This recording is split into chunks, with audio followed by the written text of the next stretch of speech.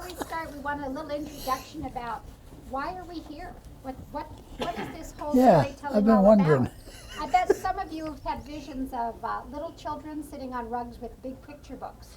We had some concerns about that with our management, and we had to kind of reassure them that this was actually a serious and adult type of endeavor. Because from the time man first began to speak, he had stories to tell. And he told these stories in a variety of different ways and through different means. But without the written word, it was the only way he had of sharing knowledge with the next generation. Today, we're here because we have a special opportunity to hear a story along that line. Our history in this project is very interesting. The P-Cubed-R group several months ago informed us that the Jet Propulsion Lab was involved in a storytelling group, and their program was very effective. So we went down there to see what their storytelling was like. We were very impressed, because not only did we hear a great story about an international space mission with the successes and failures, but we saw an interplay between the audience and the storyteller, which is what we're kind of looking for here. Because not only are you going to listen to a storyteller, you're going to be able to participate and share your own stories. Because here at China Lake, that's what our tradition is all about. We have a tradition of great scientists and sailors and engineers, rocket men, the ones that we call the Magnificent Mavericks, who are all engaged in this grand experiment at Inyokurn, which is now here. So we want you to be part of this process as we tape it and hope to share it with the future people who were not able to be here today, but will be able to see it as we capture it. At this point, I would like to invite our good guest, Skip Gorman, to introduce our speaker for you. Hi, I'm Skip Gorman. I'm only here because I golf with Bob Huntley. Yay. And while we're waiting on the foursome in front of us to get out of range and standing over our fourth putt, Bob talks. I listen. I ask questions. He talks some more. I became enthralled because over the years I've been a fan of the wild weasels. I've heard about them. A mythical bunch with a death wish and crazy people, surely. And I was so pleased to hear that the guy I was golfing with was a wild weasel, and I drew some wonderful stories out of him. The term story offers a bit of ambiguity because there's a nexus between fact and fantasy we have to observe. I'm making an introduction, but in a roundabout way. I'm thinking about a movie a lot of you may have seen some years back, taken from an old Stephen King novelette called Stand By Me. It's a little rite of passage movie about four young boys who are going through, a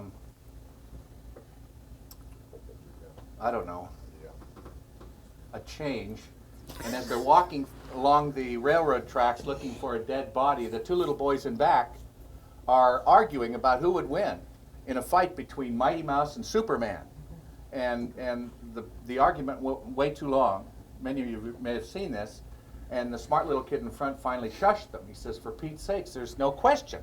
Mighty Mouse is just an animated cartoon. Superman is real. As Bob shares with me some of these stories, the nexus between reality and what we call reality becomes clear, especially if you're involved with the Shrike missile at the time. Because the way it's ideally used on the drawing board or in the missile manuals is different than the way it ends up being used in chaotic real life. I have a bio that I'll read on Bob Huntley. Then I won't have take to. but a minute. Bob Huntley retired from the USAF in November 1969. He flew 100 combat missions over North Vietnam as an F-105F Wild Weasel pilot from Tockley, RTAFB, Thailand. He has been awarded 2 Silver Stars, 6 DFCs, 11 air medals, and numerous other awards and citations. I happen to know he's been put in for the Congressional Medal of Honor. He has over 13,000 flying hours and has one landing for each takeoff. Bob flew 58 of his 100 missions to the highly dangerous Hanoi area called Route Pack 6. That city had more radar-directed gun and missile defending it than all of the guns defending all of Germany in World War II. It was, and still is, the most heavily defended aerial target ever known to man. He tells me that he is proud to have flown his 100 and that he does not want another 100 missions. He says getting older precludes any more combat and that getting older is far better than not getting older. Bob was flight test engineer for the sidearm anti-radiation air-to-ground missile here at the lake from 1983 until 1989, at which he became the project manager replacing Dick Mello. He managed the project until he retired from civil service in 1999. Bob has an F-105 website at pencils poised, www.ygbsm.com. I think Bob will explain where that acronym came from, which lists all 833 F-105s built and shows the combat and peacetime disposition of each aircraft. It is a bittersweet memory jogger for all who flew the F-105 or who knew someone who did. He and his wife Helen live here in Ridgecrest and will move to Albuquerque in 20 minutes, actually on the 20th of this month. My friends, listen carefully. Bob Huntley.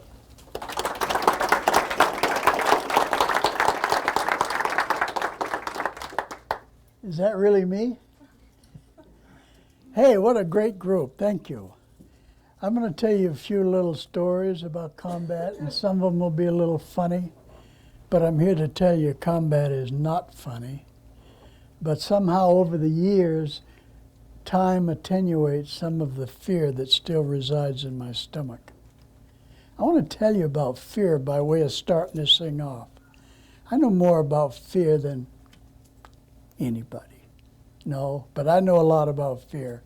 And let me tell you, fear is absolutely debilitating. You walk around like a zombie and you have no idea how you're going to do what you have to do. When I got to Tockley, Thailand, I was introduced to my squadron commander, and I said, "How long do you think it's going to take me to get 100 missions?" And he looked at me and he said, "Bob, you shouldn't have asked that. They've all been killed or captured. No one's ever finished 100 here." Yike! You don't do much sleeping when you're faced with that. So you go around half numb all the time, and until you've faced each one of the three prime threats at least once, that being flaks and MiGs and SAM missiles, and until you've had your encounter with each one of those in a very personal fashion, you're absolutely scared witless. You don't really know if you're going to be able to handle it or not. But somehow you do, and you stumble through, and you learn how to sleep 2 hours and then 4 hours, and then 4 hours and then 2 hours, because you have to save up enough time so that you can sleep a little bit before mission. So if you ever sleep out, then you can't go to sleep just because you know you're going to be tired. Every time you go R&R, it always goes the same way. You're so glad to be not flying combat for a day. You go to dinner, you have a few drinks, and then, wow, you're in bed, and you sleep 24 hours every time. But anyway, I got to Tockley, Wild Weasels. I want to tell you a little bit about the Wild Weasel program and about the F-105, and then a thing that's near and dear to my heart, the Shrike missile. I too have a checklist of things I want to tell you about. So, I told you about getting 100. I'll tell you about YGBSM. They told Jack Donovan, who was an electronic warfare officer in the mid-60s, that he was going to go to Hanoi in the back seat of an F-100F, a two-seater, with a crazy fighter pilot and duel with SAM sites. And his answer is a classic, and pardon my French. He said, "You got to be shitting me." Yeah. So that's where it came from. My wife, Helen, wave Helen, That's my wife. We went to DMV to apply for that for our license plates, and I now have YGBSM1 on my car, YGBSM2 on our motorhome, and one YGBSM on Helen's car. And the young lady said, I have to know what that stands for. And I said, you got to be shitting me. She said, no, I really have to know what that stands for. And I said, you got to be shitting me. And then she caught it. And she said, I don't think we can use that. I said, lady, I was just fooling with you. I'm just teasing you. It really means young girls become superb mothers. And her face brightened up, and she said, we can use that. The F-100 was not a very good candidate airplane to be a wild weasel. It didn't have the speed, it didn't have the range, it didn't have the weight carrying capability or anything else. So they quickly learned that they had to get a faster and better airplane. And they chose the F-105F, two-seated airplane. Now the 105 was designed for one mission, and that mission was put an atomic weapon in the belly of the airplane and deliver it to Moscow at midnight in the weather, plus or minus 1 second. And that airplane could do that. But as it turned out, in the war in Southeast Asia, it carried 75 to 80% of all the iron bombs that were hauled in that war. It was the workhorse. They built 833 of them. We had 397 shot down. And on my website, all 833 are represented there and what happened to them. But it was a marvelous airplane. You had speed, a MiG-17. If you could drop the nose and stroke the burner and get 650 or better, or even 700 or 750, the MiG had a problem at high Q and he couldn't handle it and he couldn't gain on you. So if you knew he was there, you didn't have to drop your tanks. You only had to drop the nose and light the burner and get some speed, and you could continue. I'll tell you about a mission where Skip mentioned that I might be getting awarded a Medal of Honor. It's still pending. It takes a long time. But anyway, I was leading the Weasel flight one day, flight of 4, and we had our flight of 16, and we had some other flights of 16, and altogether there were 64 fighter bombers going to this target near Hanoi. The MiGs, early on in the war, were pussycats. The minute they saw us coming up the coast to come to North Vietnam, they'd flush and go land in China and come back after we were gone home. But then strange things happened. North Korea sent down some advisors, and the MiGs got very aggressive. Well, this day, 11 of them jumped my flight of 4 105Fs. I dropped the nose and stroked the burner and took it down the Black River, and my EWO said as he was looking up at the banks of the river. But I pulled up and I saw a MiG and pulled up and fired the gun, and I saw the bullets hit at the base of the canopy. And the G's unloaded, and he went in a knife-edge flight, but I didn't see him hit the ground, so I've come back up and go on with the mission. I wasn't in the cockpit with my wingmen, so I'm not sure what happened to them, except they had punched their stores and engaged the MiGs, and they didn't have fuel to continue the mission. So I said, Ralphie, that was my EWO, I said, we cannot let those airplanes go to Hanoi without Weasel coverage. He said, I agree. So we went single ship, went in with them. There was probably 30 or 35 active sites on the air that day in the target area. Flak everywhere, MiGs everywhere. And I had one MiG fire, one SAM fired on me, and it was so far over here that I didn't have time to turn in and evade it. So I just headed for the weeds with the burner going. And I saw a little village up ahead, and I said, ooh, wouldn't that be nice if he flies that missile right into that village? So I took it down Main Street at 700 knots and looked back and watched the missile go in the village. I said, sirs, you're right. Shoot at me, will you? So then we came back around, and by that time the force had dropped their bombs and were on their way out. And we saw 2 MiG-21s, and they jumped us, and one of them hit me in the tail, knocked out my radio. I hear everybody else. I got a receiver, I just don't have a transmitter. And I hear them saying, is everybody out of the package? They said, no, Otter 1 is still in there. They said, well, did he punch out? They said, we don't know. We haven't heard any shoots or beepers. When you open your parachute, a beeper goes off, boop, boop, boop, and they can hear that. It's on guard channel. So, well, he's probably low on fuel. And I'm saying, yeah, you bet I am. I've been tangling with MiGs and doing the job, because that's kind of a sacred responsibility to get these guys in and out alive.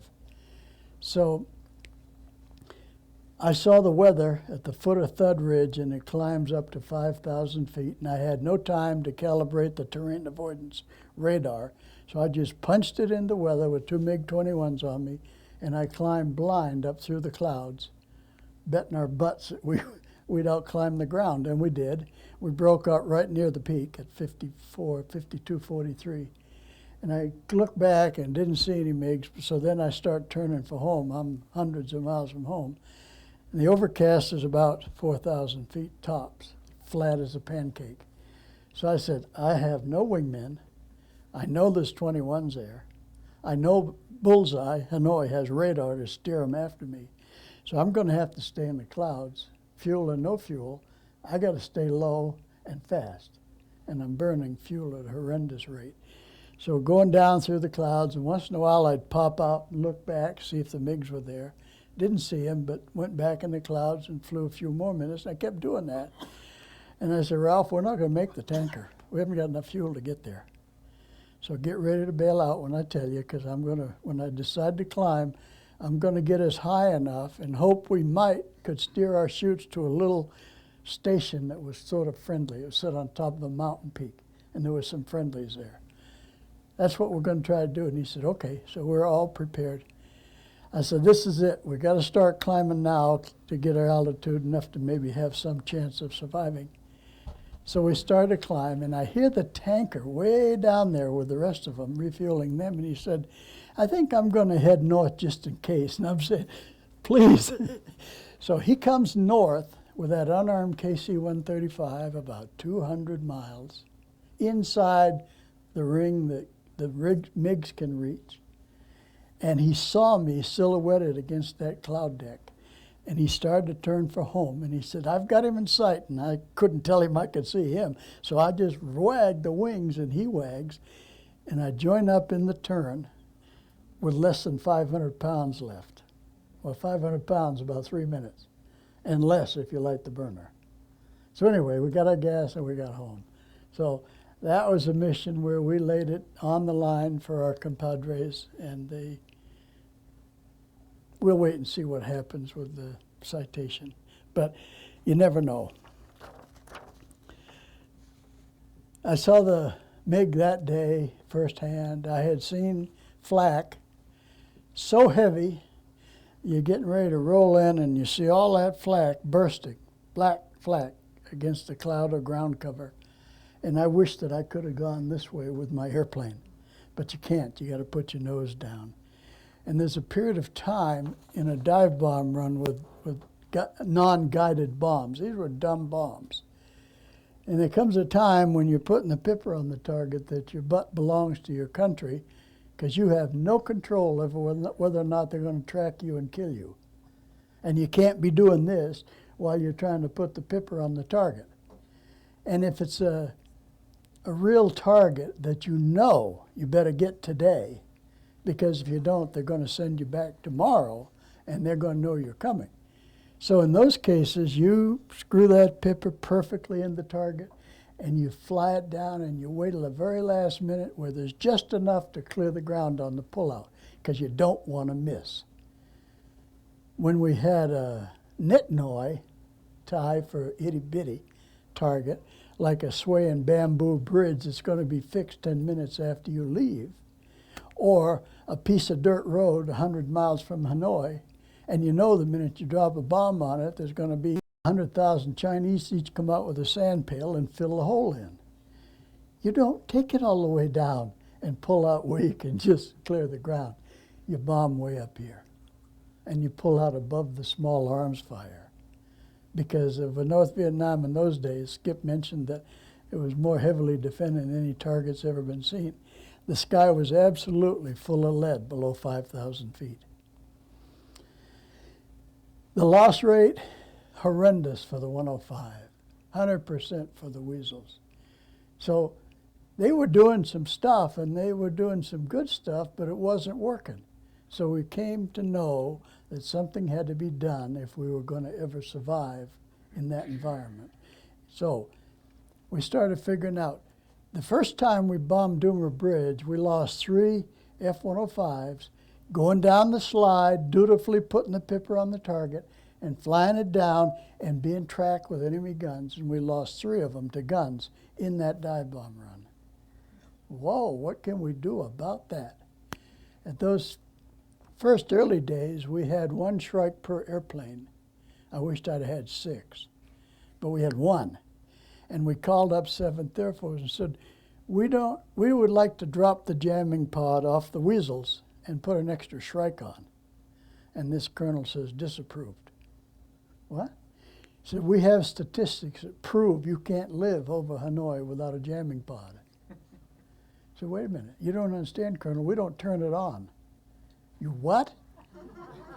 We don't turn it on. We want them to shoot at us. We're better equipped. We know we got the equipment. We know what he's doing. We want him to shoot at us. He said, disapproved. You can't survive. Took 6 weeks to break through the idiot barrier at 7th Air Force. And we finally got to drop the jamming pod off, and now we had 2 Shrikes. So like I say, what we were doing was experimenting, trying to find the right combination, and we broke it down this way. When the aircraft are in their overlapping goodies pod formation of jammers, if they flew the formation correctly, then all the enemy saw was a great big blob on his radar, and he couldn't pick out an individual airplane. But when those 64 airplanes break up into 4 targets and go down the slide one by one with a jamming pod on, guess what? That's a beacon. That's a wonderful thing to aim at. And they're going down perfectly still to bomb a target. So we started adding up the losses and found that the bulk of them were during the dive bomb delivery. Well, if you have 4 Weasels and they've each got 2 Shrikes, and it takes about 2 minutes for this gaggle of airplanes to dive and roll in and pull off and get joined up again, give or take, how can we do that? So then we developed a thing called the pinwheel. And that was a tactic where I would pull up and fire a Shrike at the target area, and it was always hot with live targets. And 2 would pull up 15 seconds later and fire, and then 3, and then 4, and then we'd go around again. I'd come up and I'd fire, and I'd be calling off every 15 seconds. There'd be a Shrike release. And we were lobbing that beautiful weapon all the way up to 30 or 35,000 feet. And it was nosing over and going into target area, and we never hit an F-105. I mean, that's a big sky. So it's a calculated risk. But they quickly learned that if they kept tracking people in the dive bomb run, they were going to eat a Shrike. So they'd turn off their radar. So did we care if they turned it off? No, that's exactly what we wanted to do, was force them not to track that guy coming down the dive bomb run and then getting joined up afterwards. And it worked. That's when the loss rate started diminishing on the F-105s. About that same time, there was a sergeant at Talk Lee who figured out how he could make another little radar receiver in the airplane that would show a strobe compared to the original strobe from the SAM tracking us or in our flight. And he could see an infinitesimal difference between the height of the strobe on the 2 scopes. And a skillful EWO could interpret that. And I had the best EWO in the world, Ralph Stearman. And Ralph got where he could say, relax, Bob, it's on number 3. And I'd say, 3, take it down, it's on you. And 1 airplane went down into that sky full of lead, and the 3 of us stayed up here and watched the missile go after him. Well, after a couple of times of realizing Ralph was right, then we started believing him all the time. And that's when we started surviving. The pinwheel tactic allowed us to deliver Shrike in a manner that gave us that 2-minute electronic silence so the guy couldn't track you with guns, and the CSAMs kept us out of the small arms fire. It's unbelievable how much flak there was. I remember one day I had rolled in on a target, and usually when flak comes up, you see the color coming up at you. And if it moves the least little bit, you know it's going to go over there. And if it moves this way, then it's going to go in front and so on. So I'm going down on a dive bomb rung, and I got the pipper screwed into the target. And at that time, what will be, will be. And I see this one coming up. It's not moving azimuth. It's not moving in elevation. And time stopped. Time stopped. And I had time to think, yeah, he's really on me. He's going to hit me. But I got the pipper on the target, and I can't move. So I watched it come, come. It took forever.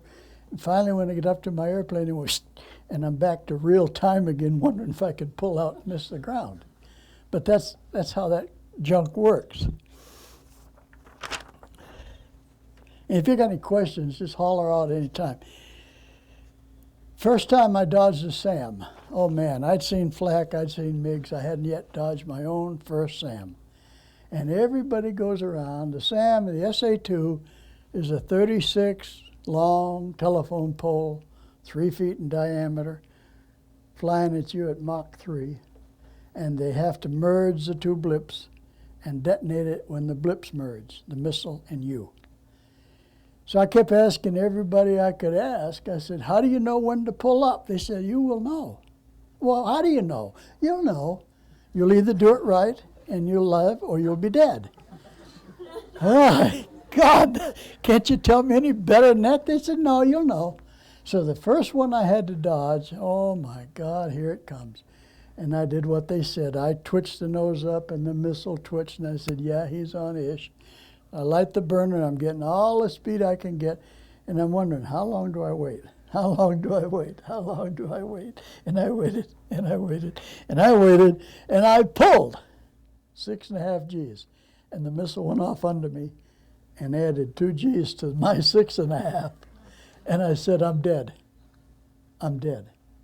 And wait a minute, I'm not dead. The airplane's still running. And the gauges aren't going down, and the hydraulic pressure ain't going down. And we had a thing called slab lock, where we could lock the elevator, point the nose at the Gulf of Tonkin, and lock the slab.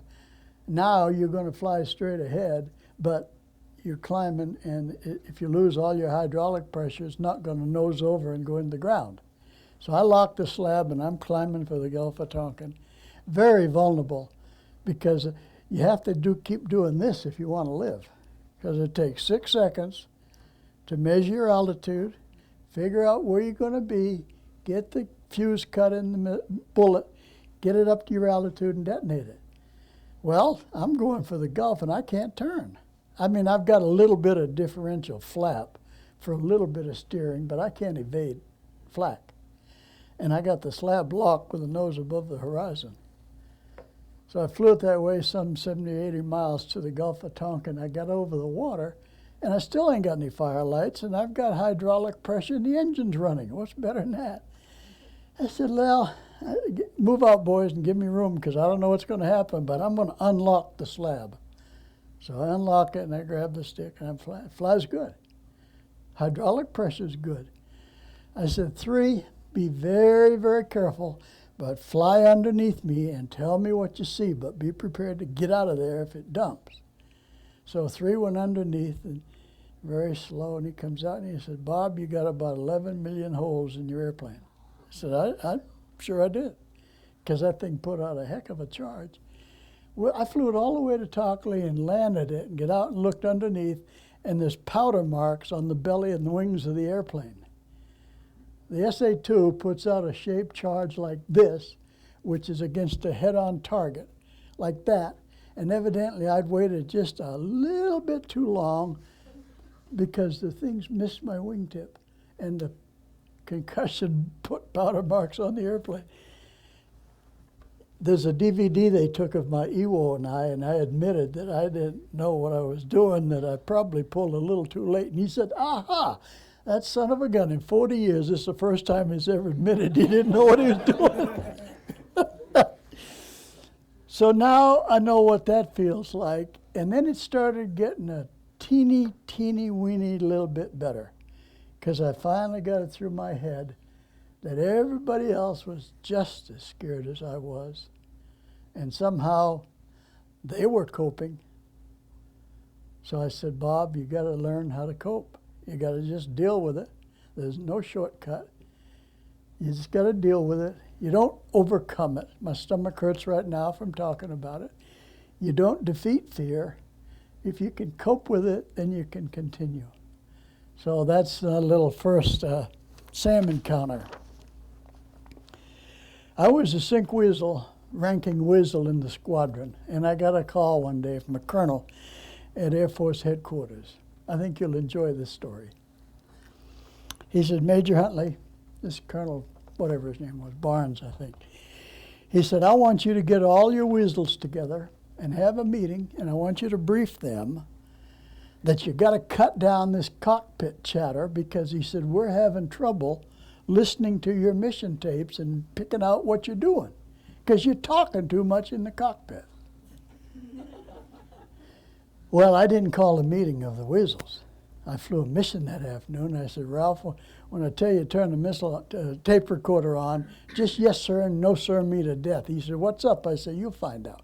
So long before you address the mission tape like you normally do with weather and who you are and what the target is, blah, blah, blah, I said, Ralph, turn on the tape. He turned on. He said, Captain Stearman, this is Major Huntley, your pilot. Do you read me? Yes, sir. I said, now, those peckerheads at 7th Air Force are having trouble understanding our tapes because there's too much cockpit chatter. Do you understand me? Yes, sir. I said, so today you will not tell me when there's MiGs about to shoot us down. You got it? Yes, sir. You will not tell me there's flak walking its way up my tail to shoot us down. You will not say anything about flaks. And you will not tell me that there's an SA-2 about to collide with us. You understand? He said, yes, sir. I said, shut it off. So he shut the tape off, and then we got on up to the high threat area, and I addressed the tape, Huntley and Stearman, Otter 1, where the target was, what the weather was, da-da-da-da-da-da-da. We fly the mission, we come back and land, and they take the tape out of the cockpit, and off it goes to 7th Air Force for analysis.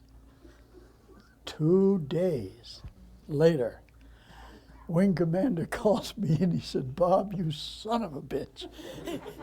He said, you are not very diplomatic, but you sure did get your point across.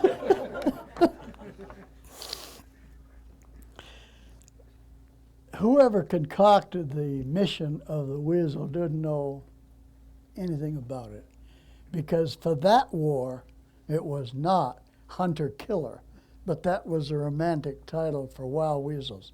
They were hunter-killer. They'd go in and find a SAM site and kill it. Bull. That wasn't our mission at all. Our mission was to get 64 pilots onto the target and out without being shot down.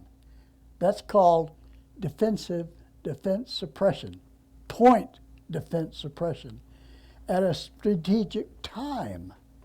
What good does it do if you're killing a SAM site over here while they're shooting down an F-105 over here that's in a dive bomb run? Didn't make any sense. They'd lost them over and over, and they were still losing a lot of thuds, what we call the F-105. And they said, we got to figure out some way of doing it. So that's when we applied that little 2-minute principle of 8 strikes, 1 every 15 seconds. And it worked. And CSAMs, the Weasel started surviving, the bomber started surviving. Not often do you get to do a pure Weasel mission, but I'm going to describe one to you that's a thing of beauty and a joy forever. Most of the time, we were charged with defending and getting strike aircraft into the target area and getting them out. But there was one day, Lord only knows why it happened, but we had one where they said, Weasels, you're not needed today to support the bombers because they're going to targets that don't have high concentration of SAMs around them. So you guys can go out and just play. Well, there was a highway, Hanoi being up here, and down here about 60 miles from Hanoi, there was a highway 1 that there was a SAM site somewhere on that 30-mile stretch of highway, and he moved every night. And we never knew where he was at any given time. And I wanted him. Oh, man, we all wanted him because his purpose in life was to keep the jamming aircraft, the B-66s, 30 miles farther from Hanoi because distance attenuates radar power and jamming power, right? So if we can get him, and it was the monsoon season, and the roads were wet and soggy, and they had difficulty moving him. If we could get that site, that meant we'd have a couple of months that the B-66s could be a lot closer to Hanoi while we were going to Hanoi. So we devised this plan. I briefed the flight. I said, I want you 3 to stay behind this ridge about 12 miles from the target. Stay low, 4,000 feet, over the jungle, and orbit right there and be ready. I said, I'm going way up north by Yen Bay, and I'm going to turn, and I'm going to come down that highway at 15,000 feet at Mach 1.4, making believe I'm a single F-101 photo recce bird, because that's the only thing you'd ever shoot at, was a single aircraft taking pictures. And it worked. I came down at 15,000 feet, about 1.5 Mach. I added a little for Helen, and I didn't know her then. But you carry a little extra speed when you're scared. So I had about 1.5, wings level, coming down the highway, taking pictures, presumably, and he went for it.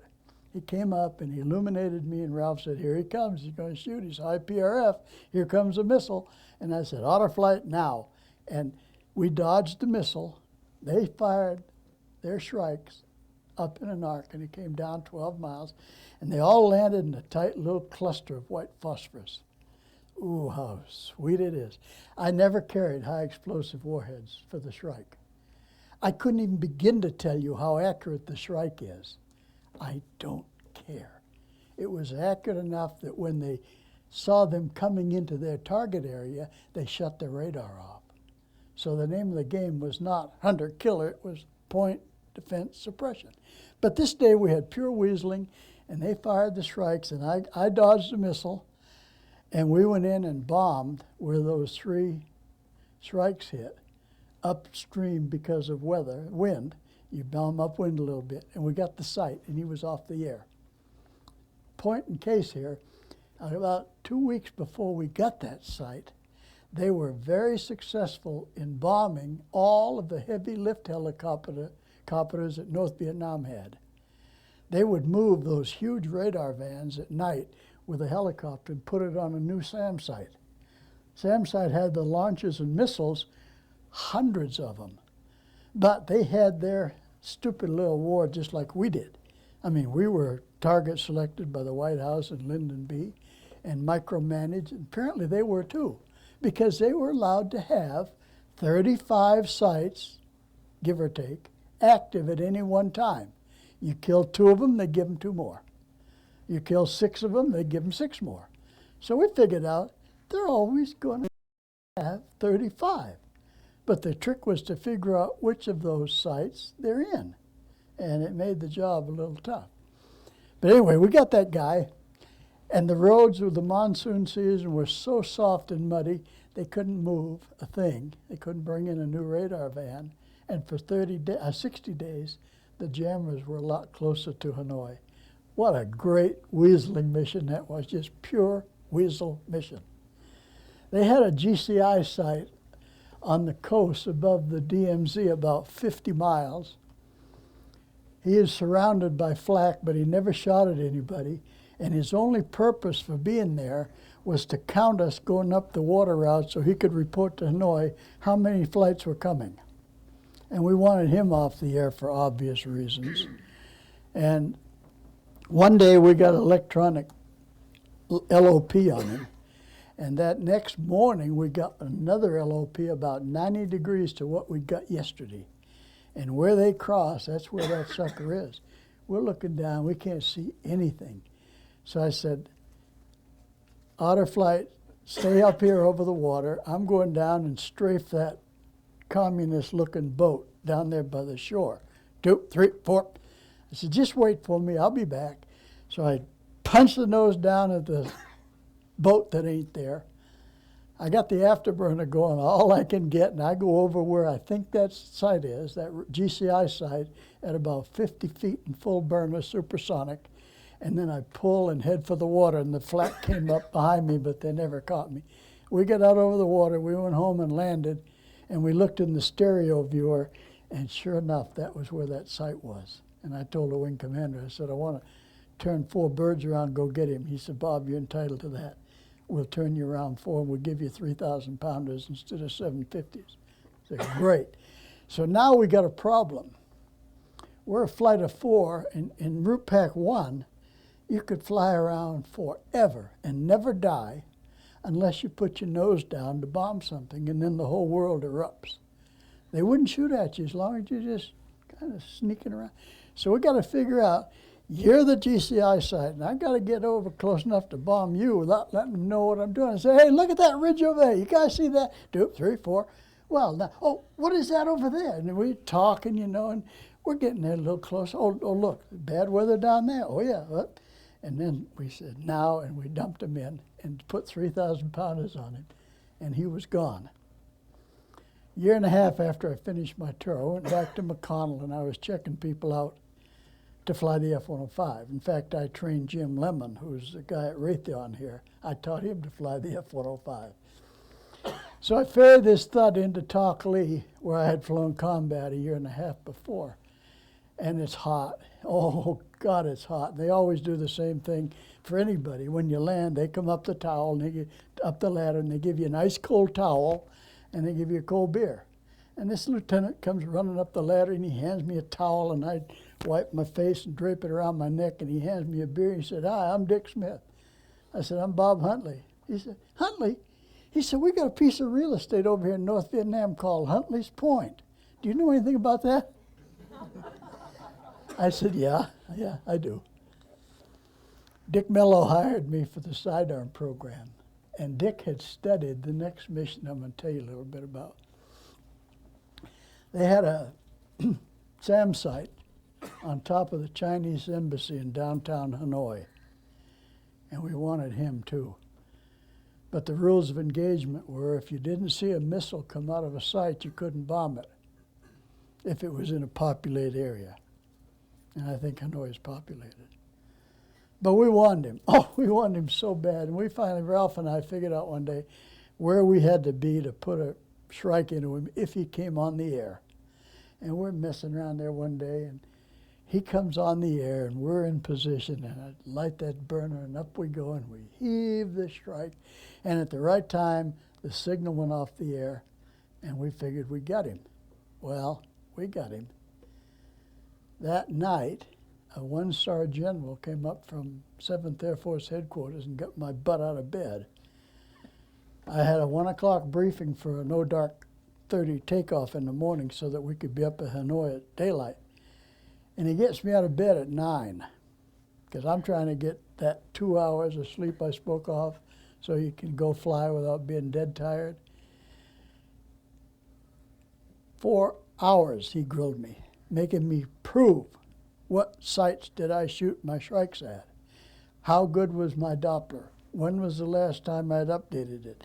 Did I have any radio fixes? Did I know where I was? Was I carrying a map? Could I see the ground? Did I know exactly where I was when I shot at that lead and that lead? Yes, sir. I was right here, and I fired, and I got that one right there.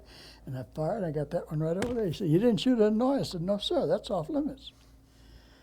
4 hours he grills me. Finally, he said, okay, Major Huntley, I think that'll do it. He said, I think I can satisfy the Pentagon and the White House that you didn't shoot your Shrike at the Chinese embassy. He said, but let me ask you a question. What would you say if I told you they got the serial number of your Shrike off that building? Whoa, quick thinking time. I said, I'd say they probably got it from that site and carried it up there. And he kind of smiled and he said, okay, that'll do it. Thank you very much. Go back to bed. You're not going to make your mission, but they'll have others for you. And I turned, and as I'm going out the room after I saluted, I started to open the door, and he said, Bob. And I turned around, and he said, good shooting. Now, I got to tell you the sequel. This is classic. Helen and I are in Colorado Springs, and an old commander of mine and his wife were having dinner, and I telling him this story. And I said it was a one-star named Dale Sweet. And Bill tells me, he said, hey, we got a 3-star retired here in Colorado Springs named Dale Sweet. So I said, God, it's got to be the same. Is he listed? And he said, yeah, he's in the phone book. I said, I'm going to call him. So when we finished our dinner and got back to the hotel, I call up General Sweet. Oh, he answers the phone. I said, I'm sure you don't know who I am, but I'm Bob Huntley, but you probably will remember the incident. And he, yeah, what's that? I said, I'm the guy that fired the Shrike in the Chinese embassy. He said, yes, I remember. He said, that ricocheted all the way to Lyndon B. and the Pentagon and everybody else. He said, that thing took about 3 weeks to calm it down. And I said, do you remember what you said to me as I'm going out the door? And he said, yes, I do. And it was good shooting. I'm laughing. I'm enjoying that. But war is not funny. I mean, don't get me wrong. It's just, for so many years, I didn't even want to think about it. I didn't want to go near it. I purchased the right to that website about 15 or 20 years ago. And I kept getting email from people saying, look, if you're not going to use ygbsm.com, let me have it. And I said, no, I'm going to use it someday. And they kept giving me hell, and I said, no, I know I'm going to do it. So I finally did it, and it's got those thuds on there. And it's kind of a labor of love, but it took that long. Like I said, they weren't doing too good at first. And I'm not going to tell you I won the war, because I didn't. But I am going to tell you that I was instrumental in developing that tactic called pinwheel.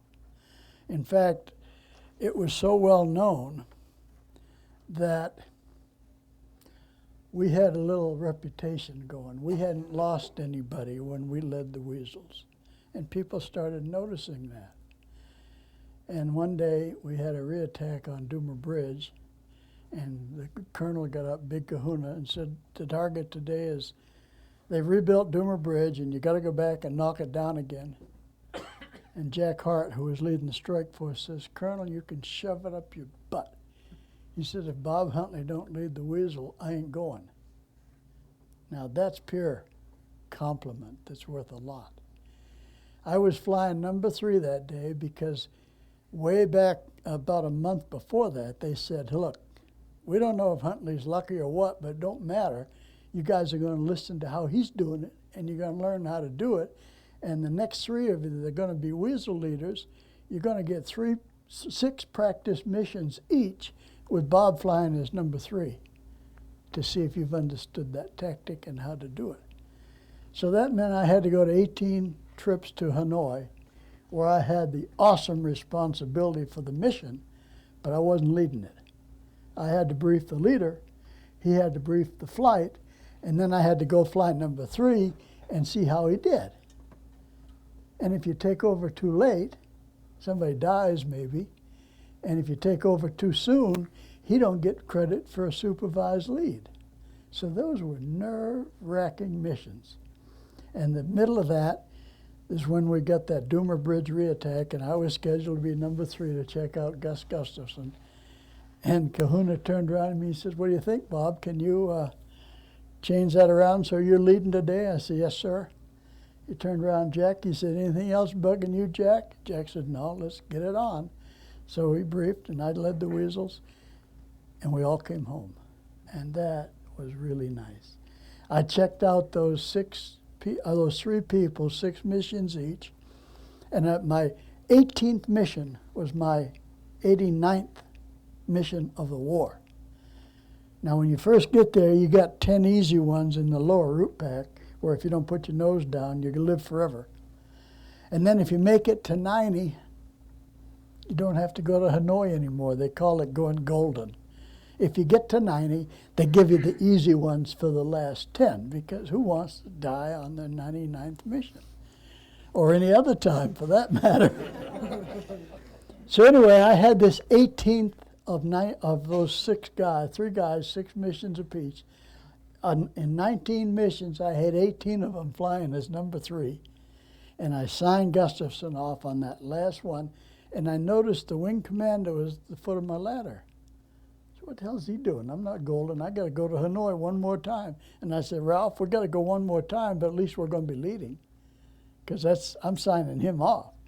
And Kahuna looked up at me. I was still in the cockpit, and he said, did you sign Gus off? I said, yes, sir. You got a good Weasel leader there. He said, good. You're golden. I couldn't hardly climb out of the cockpit, because now I know if I don't do something real stupid, I'm going to live through 100 missions. Wow. I went to club. I had 400 drinks. And I staggered back to my little trailer that I had, and I got on the phone, which was only for on-base use only, and I said, give me my wife in Texas. He said, we cannot make phone calls to the States from here. You'll have to go in town and use a phone booth. No, you don't understand. You're going to connect me to my wife. Now, collect, or I'm going to come over and bomb your damn phone building. They finally put me through, and I told my wife, I said, it's just not a matter of when now, or if, it's when, because I'm going to live through it. Again, Kahuna calls me in his office. He said, Bob, what is wrong with you? I said, nothing. I wanted to talk to my wife. The policy got changed. Anybody could call their wife from the quarters after that.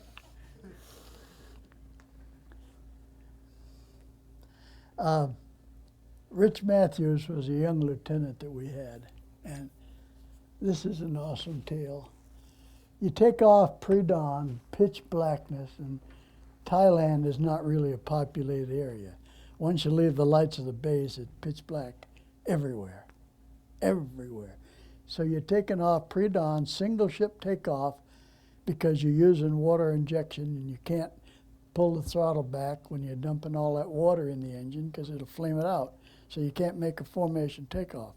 It's full throttle and water on for the takeoff roll, which gives you 2,000 extra pounds of thrust. They had 9,200 feet of runway.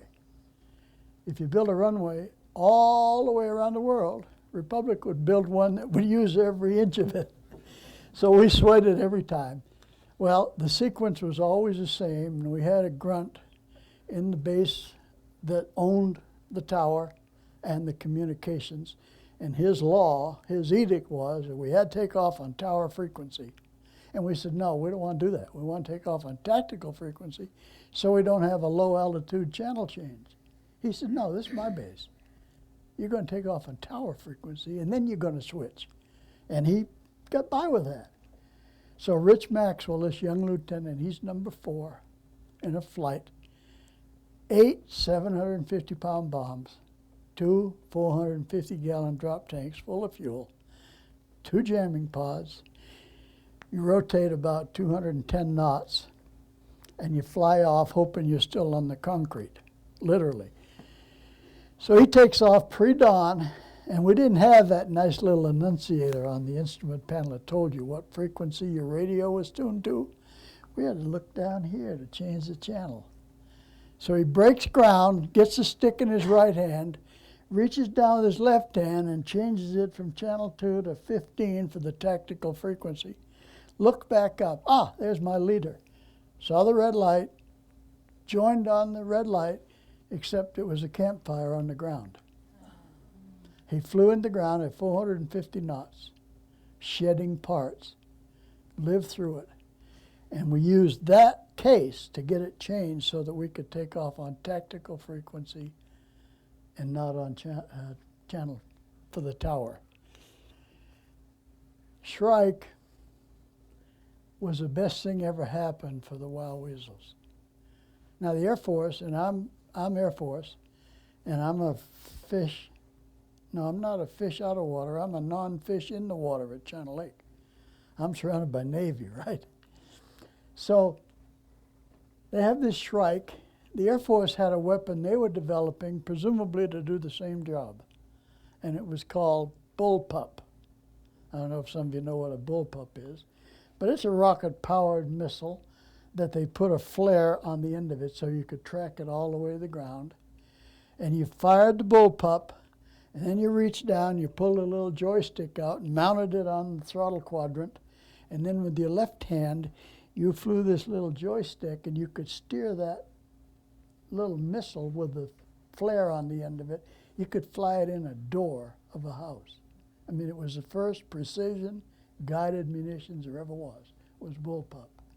In fact, I fired one out here on Echo and Cuddyback before I went to overseas for the combat tour, and they had an old Chevy down there, and I flew it right in the door of the Chevy. It's fantastic. But remember what I said about 6 seconds to figure out where you're going to be and then shoot you? When you find a bullpup, you can't be doing this. You're going down the slide and you're steering this little thing and you're not moving. So what good is it if you can hit a target with a precision guided weapon if it costs you 1/105 every time you shoot one? It wasn't a very good weapon. Now we had the Shrike. They're built by China Lake. It doesn't even pain me as an Air Force fighter pilot to say thank God for Shrike, thank God for China Lake, and thank God for doing such a good job of designing it that they gave us a capability for white phosphorus as well as high explosive warheads, and they gave us a vehicle that we could do our primary mission, not the glamorous hunter-killer, but the defense suppression. What a marvelous weapon. Thank God for China Lake. You guys, if you're young engineers coming up, damn it all, keep your head down and invent weapons and think of things you can put on them and put them on them and give them to the fleet, whether it's Air Force or Navy or who, and they'll devise a tactics that'll fit the combat situation for that time being. We'll probably never have a war like Vietnam again, but we had it and we used the Shrike, and I say thank God to China Lake for it. You've been a marvelous group. I think you were still listening when I quit, so I'm going to quit while I'm ahead. Thanks a lot, guys. Tremendous audience. Oh, thank you.